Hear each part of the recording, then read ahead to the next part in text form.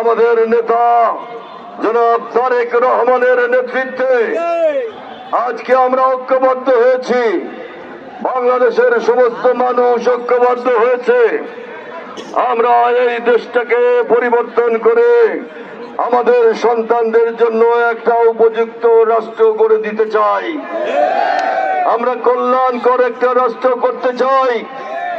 আমরা ইনসাফের একটা রাষ্ট্র করতে চাই।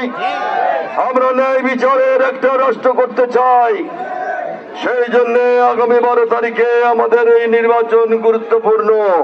তার মানুষের আর্থ সামাজিক উন্নয়ন করে আমরা এখানে একটা শান্তিপূর্ণ একটা জনপদ গড়ে তুলতে চাই।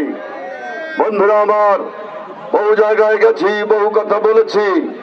আমাদের এলাকার উন্নয়নের জন্য কি কি কর্মসূচি আমরা নিয়েছি আপনারা সবই জানেন। আমি সেই দিকে যাব না।